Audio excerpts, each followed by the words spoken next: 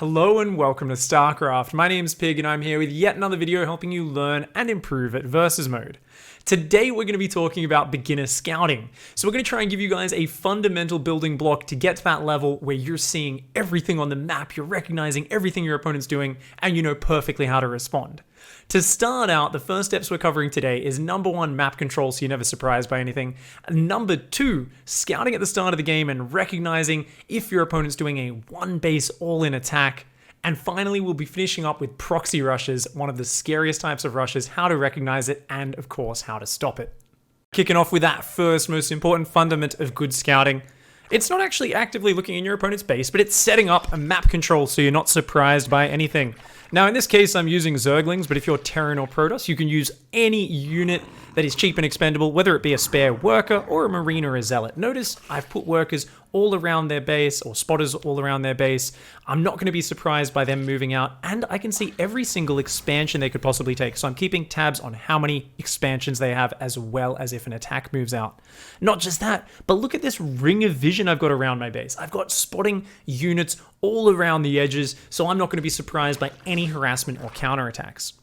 On top of that, if you really want to take your scouting, your map control to the next level, just send in a sacrificial unit once in a while. Whenever you're in the dark and you're saying, I wonder what army he's building, send in a Zergling, a Marine, a Zealot, just like that, and say, okay, that's a lot of flying units. You're looking for anything crazy like that. In this case, there's a ton of flying units, a lot of Stargates, and I was only building roaches in this game, units which don't shoot up. So I've got that obvious tell saying, hold on a second, Pig, quick!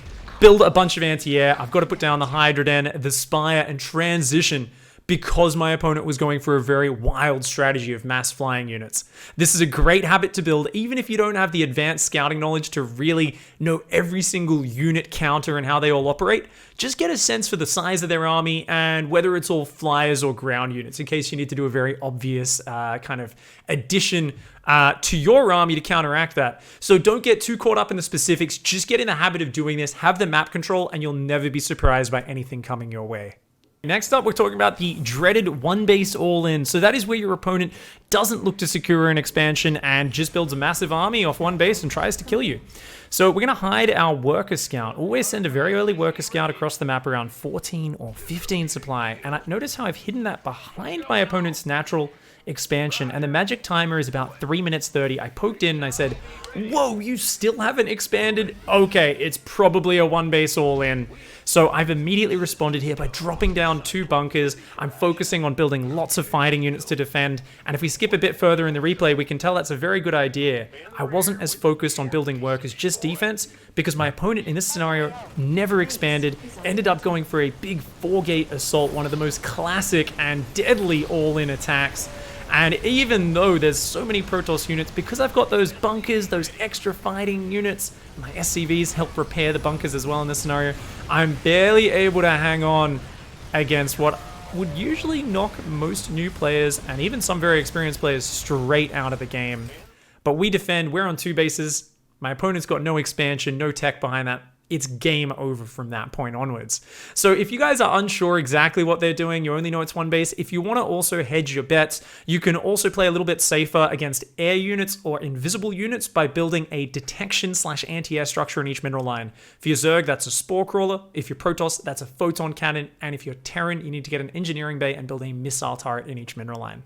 Alright, last up we're talking about the dreaded Proxy All In. Now this is where your opponent actually builds their units on your side of the map. Notice, this time I'm Protoss up against Terran, but I've come in with a worker, and I've seen an empty main base, which in of itself is a huge tell, because if your opponent doesn't have any buildings in their main base, it means they're building their buildings on your side of the map. They're doing one of the scariest rushes. You can see my probe keeps looking in every corner of that base and says, there's definitely no buildings here. Now against this rush, you just need to react with every single thing committed to defense. Just get fighting units, even pull workers into the fight if you have to, and definitely scout out with a worker as soon as you realize what's happening and try to spot what's going on. My probe goes up here and says, what is this? Oh, it's a Proxy 3 barracks. I'm already seeing Marines rallying into my base, and he's trying to build bunkers in my base as well. So luckily though, because I already had the heads up spotting about a minute earlier, there was no structures. I'd already built a second gateway, started building lots of gateway units. I'm even pulling probes into the fight, and I know that as long as I hang on against a proxy build, I am in a really good position. Why do I know that? Because if you ever defend the attack, all you need to do is push out and you can kill all of their production because it's so exposed they can't defend their buildings because they're just outside your base. So the moment you get any control over the map at all, you suddenly gain a massive lead. So it's totally fine to stop building workers, don't build any expansions, just get a lot of army out as long as you survive. And as we saw here, we actually stopped him getting in the bunkers. As long as you survive, you're going to be way ahead in the game.